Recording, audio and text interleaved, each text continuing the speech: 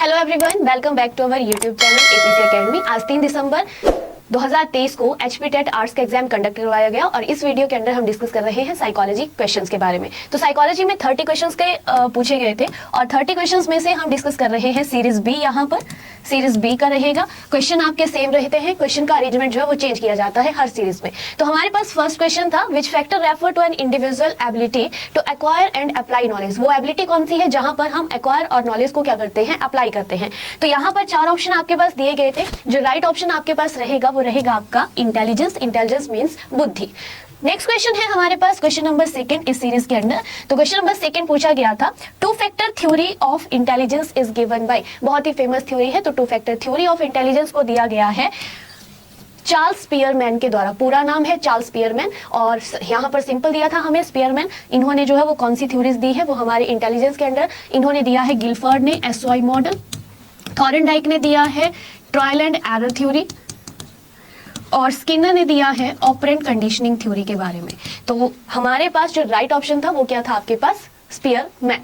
Question number 3 था आपके पास series B के अंदर, अकॉर्डिंग टू फ्राइड। फ्राइड के अंदर पूछा गया था, क्या पूछा गया था कि अंडरस्टैंडिंग थॉट्स और motives that person is currently aware of और is remembering is called as. तो यहाँ पर है हमारे पास कि उस चीज को क्या कहा जाता है। हिंदी में अगर बात करें तो फ्राइडन समझ के अनुसार जो विचार है हमारे, जिसके बारे में एक व्यक्ति वर्तमान, देखिए जब भी हम एक्टिवली पार्टिसिपेट करते हैं तो वो हमारे पास रहेगा यहाँ पर दैट इज योर कॉन्शियसनेस। तो राइट ऑप्शन हमारे पास रहेगा कॉन्शियसनेस। नेक्स्ट क्वेश्चन है हमारे पास question number 4।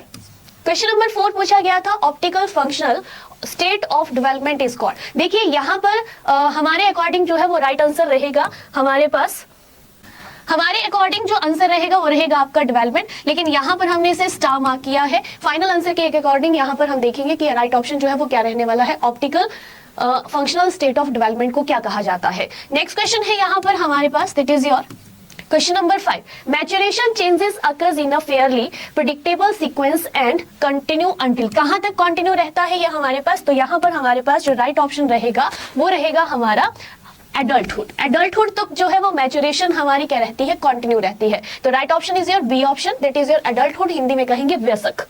Question number next one है आपके पास यहाँ पर question number 6, most human behaviour. Last time भी ये क्वेश्चन जो था वो एग्जाम में पूछा गया था एचपी टेट नॉन मेडिकल में। इस बार जो है वो फिर से रिपीट हुआ है क्वेश्चन आपके पास। तो यहाँ पर पूछा गया था कि ह्यूमन जो बिहेवियर होता है वो किस चीज के ऊपर डिपेंड करता है। तो ऑप्शन थे हमारे पास, can be easily explained, has multiple cause, stem from unconscious desires and fourth one था डिपेंड्स ऑन सोशल इन्फ्लुएंसेस। तो यहाँ पर जो राइट ऑप्शन रहेगा वो रहेगा आपके पास हैज मल्टीपल काउजेस। एक ह्यूमन का बिहेवियर जैसा वो परफॉर्म करता है उसके बहुत सारे रीजन रहते हैं। नेक्स्ट क्वेश्चन है आपके पास यहाँ पर question number 7, a society establishing to govern conduct according to the role of implicit and explicit are referred to as। तो इसे का क्या कहा जाएगा, इसे कहा जाएगा यहाँ पर हमारे पास ऑप्शन दिए गए थे। ऑप्शन में दिया गया था मोरालिटी,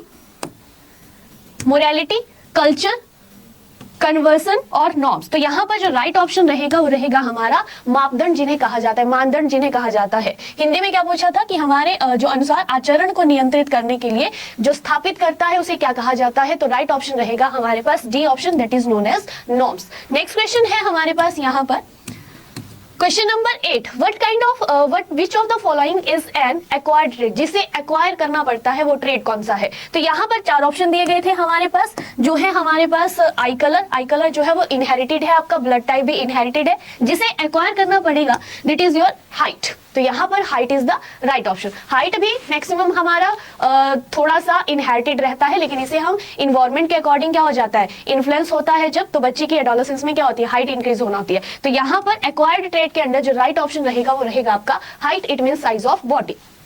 उसके बाद है नेक्स्ट क्वेश्चन यहाँ पर जो पूछा गया था आपके एग्जाम में question number 9, educational psychology helps. जो हमारा शिक्षा मनोविज्ञान है वो किस में मदद करता है। तो शिक्षा मनोविज्ञान जो हमारा हेल्प करेगा वो करेगा understand how students acquire knowledge, कि बच्चे किस तरह से ज्ञान को प्राप्त करेंगे। दूसरा है डेवलप इफेक्टिव टीचिंग स्ट्रेटेजीज। तीसरा है assess and diagnose learning difficulties और फोर्थ वन है डी ऑप्शन। तो यहाँ पर ये सारे ही एजुकेशनल साइकोलॉजी क्या करेगी, इन सभी में आपकी हेल्प करती है। तो यहाँ पर जो सही आंसर रहेगा वो रहेगा आपका all of above.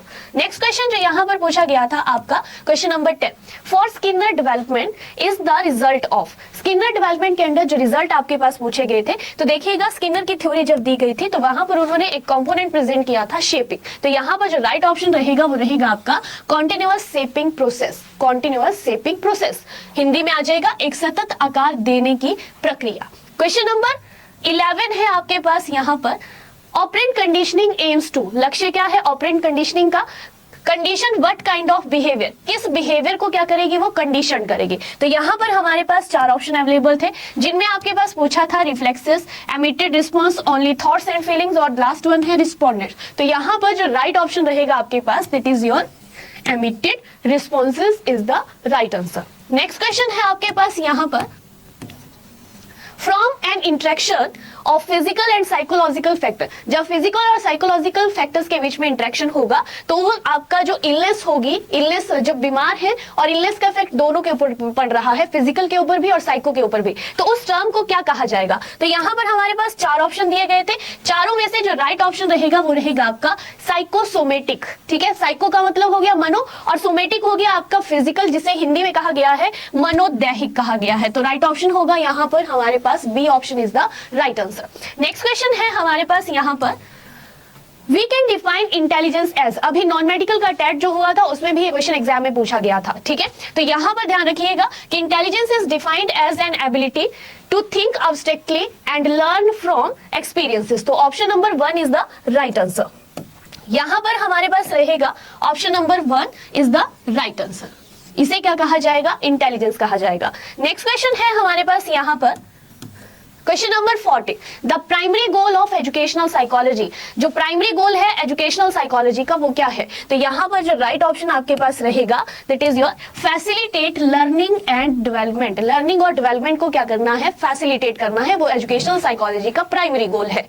Next question आता है यहाँ पर हमारे पास क्वेश्चन नंबर 15। क्वेश्चन नंबर 15 में पूछा गया था which one of the following is not a domain of educational psychology. तो हम जो डोमेन्स ऑफ एजुकेशनल साइकोलॉजी पढ़ते हैं वो है हमारे पास कॉग्निटिव भी है, इमोशनल भी है, फिजिकल भी है। तो यहाँ पर जो राइट ऑप्शन आपके पास रहेगा सोशल डेवलपमेंट जो है वो cognitive domain of educational psychology नहीं है। नेक्स्ट क्वेश्चन है हमारे पास क्वेश्चन नंबर 16, अ की principle of educational psychology is. Hindi में अगर बात करें तो शिक्षा मनोविज्ञान का मुख्य सिद्धांत क्या है? तो यहां पर था हमारे पास ऑप्शन दिए गए थे, one size fits all teaching, differentiated instruction, exclusive focus on content knowledge and teacher centred classroom. ठीक है, तो यहाँ पर हमारे पास हमने ये क्वेश्चन जो है वो होल्ड पे रखा है और हमारे अकॉर्डिंग जो है वो यहाँ पर आंसर हो सकता है बी, लेकिन इसे हमने रखा है होल्ड पे। तो आप लोग यहाँ पर इसे जो है वो होल्ड पे रख सकते हैं या फाइनल आंसर की आने का वेट भी कर सकते हैं। नेक्स्ट क्वेश्चन है आपके पास यहाँ पर question number 17, the nature nurture debate. Nature का मतलब होता है हेरिडिटी और नर्चर का मतलब होता है इन्वायरमेंट, और उसके अकॉर्डिंग अगर हम आंसर देखें यहाँ पर तो हमारे पास राइट ऑप्शन रहेगा यहाँ पर that is your influencing of genetic versus environmental factors on learning. तो option number A is the right answer of question number 17। Next question था आपके पास यहाँ पर, नेक्स्ट क्वेश्चन है which theory suggested that learning occurs through observation and limitation. जब हम observation और अनुकरण के द्वारा सीखते हैं और ये चीज किस थ्योरी ने प्रेजेंट की है? तो यहाँ पर ध्यान रखिएगा ये जो थ्योरी है आपकी वो कौन सी है? सोशल लर्निंग थ्योरी में ऐसा कहा गया है और सोशल लर्निंग थ्योरी को दिया गया है एल्बर्ट बंडूरा के द्वारा। इसे दिया गया है एल्बर्ट बंडूरा के द्वारा। नेक्स्ट क्वेश्चन है हमारे पास question number 19, degree of consciousness about thinking feeling and action is called. ठीक है, तो यहां पर क्या कहा गया कि degree of consciousness it means सोच, भावनाओं और कार्यों के बारे में चेतना की डिग्री, उसे क्या कहा जाएगा? जहां पर सोच भी है, फीलिंग्स भी है, सब कुछ है, तो उसे कहा जाएगा सेल्फ अवेयरनेस। उसे क्या कहा जाएगा? सेल्फ अवेयरनेस कहा जाएगा। नेक्स्ट क्वेश्चन है आपके पास यहां पर evaluation of self based on reflection on social comparison is known as. तो यहां पर आपके पास जो राइट ऑप्शन रहेगा वो रहेगा self esteem. Evaluation of self based evaluation जब होगा रिफ्लेक्शन और सोशल कंपैरिजन तो वो क्या है आपका? That is called self esteem. Next question है यहां पर हमारे पास क्वेश्चन नंबर 21। तो 21 की अगर बात करें, there is an evidence of a hereditary component in development of the mental illness is known as. ठीक है, तो इसका जो राइट ऑप्शन हमारे पास रहेगा, यहाँ पर 4 ऑप्शन दिए गए थे, ठीक है, तो option number A paranoia is your right option. Paranoia को हिंदी में कहा जाता है व्यामोह, तो यहाँ पर hereditary component in development of mental illness, उसे क्या कहा जाता है, पैरानोइया, ठीक है। उसके बाद नेक्स्ट वन है आपके पास question number 22, theory of cognitive development, बहुत फेमस थ्योरी है, यूट्यूब वीडियोस में हमने डिस्कस किया था। तो आपकी जो कॉग्निटिव डेवलपमेंट थ्योरी है वो दी गई है किसके द्वारा, जीन पियाजेट के द्वारा। नेक्स्ट क्वेश्चन है आपके पास यहाँ पर question number 23, applied aspects of social psychology include the development and perfection of techniques for measuring, उसे क्या कहा जाएगा। अकॉर्डिंग टू द क्वेश्चन, तो यहाँ पर हमारे पास आंसर है that is your both A and B is the right answer. Question number 24, question number 24 है the educational psychologist advise a school board on, जो एजुकेशनल साइकोलॉजिस्ट हैं उन्होंने एडवाइस किया स्कूल बोर्ड को किस चीज के लिए, तो यहां पर है हमारे पास न्यू करिकुलम के लिए एडवाइस किया जाता है, ठीक है। उसके बाद नेक्स्ट क्वेश्चन है आपके पास in the school a child faces, school में बच्चा जो है वो क्या फेस करता है, तो school is the second society of the child after family, उसकी क्या है वो दूसरी सोसाइटी है। तो यहाँ पर हमारे पास स्कूल में बच्चा क्या फेस करता है, एक नई सोसाइटी को फेस करता है, तो राइट ऑप्शन हो जाएगा न्यू सोसाइटी।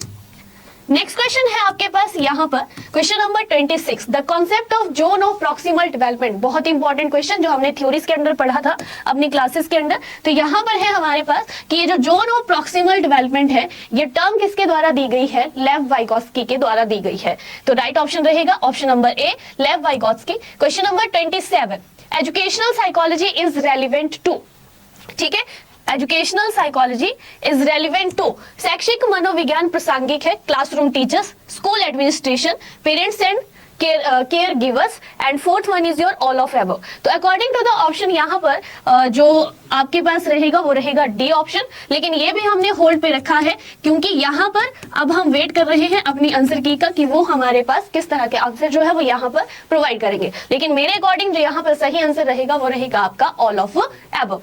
नेक्स्ट क्वेश्चन है आपके पास यहाँ पर question number 28, which of the following is an example of individual learner characteristics, यहाँ पर पूछा था कि इंडिविजुअल की जो लर्नर कैरेक्टरिस्टिक्स जो सबसे अलग है वो क्या हो सकती है। तो यहाँ पर देखिएगा ऑप्शन में है हमारे पास socio economic status, classroom climate, curriculum design और टीचर एक्सपीरियंस। टीचर एक्सपीरियंस सबके लिए एक बराबर होगा, करिकुलम डिजाइन सबके लिए एक जैसा होगा, क्लासरूम क्लाइमेट भी सबके लिए एक जैसा होगा, लेकिन जो एक दूसरे से अलग होगा सबके लिए वो क्या होगा, उनका सोशियो इकोनॉमिक स्टेटस। तो option number A is the right answer. Question number 29 की बात करें अगर हम यहाँ पर, the role of educational psychology in assessment include, जो हमारी एजुकेशनल साइकोलॉजी है उसमें जो असेसमेंट है वो क्या काम करती है। तो यहाँ पर हमारे पास 4 ऑप्शन दिए गए थे असेसमेंट के according, developing and selecting appropriate assessment tools, interpreting assessment result, providing feedback to the student and teachers, और लास्ट था ऑल ऑफ एबव। तो राइट ऑप्शन रहेगा हमारे पास ऑल ऑफ एबव, इन सभी चीजों को असेसमेंट जो है वो अपने अंदर इंक्लूड करती है। और लास्ट क्वेश्चन था हमारा सीरीज बी के अंदर, चेंज और stability in mental activities such as learning, attention, memory, language, thinking, reasoning and creativity. तो इस चीज को क्या कहा जाएगा, तो ये सारी चीजें कहां पर होती हैं हमारे पास, that is in your cognitive development, जिसे हिंदी में कहा जाएगा बौद्धिक विकास। तो ये था हमारे पास series B of TET arts, और यहाँ पर हमने सारे क्वेश्चंस को डिस्कस किया। 3 क्वेश्चन जो है वो हमने होल्ड पे रखे हैं, मैंने अपने अकॉर्डिंग अपने आंसर भी यहाँ पर डिस्कस किए हैं। आई होप कि वीडियो आपको पसंद आया होगा। वीडियो को शेयर करिए, लाइक करिए और हमारे चैनल को सब्सक्राइब करिए। Thank you everyone.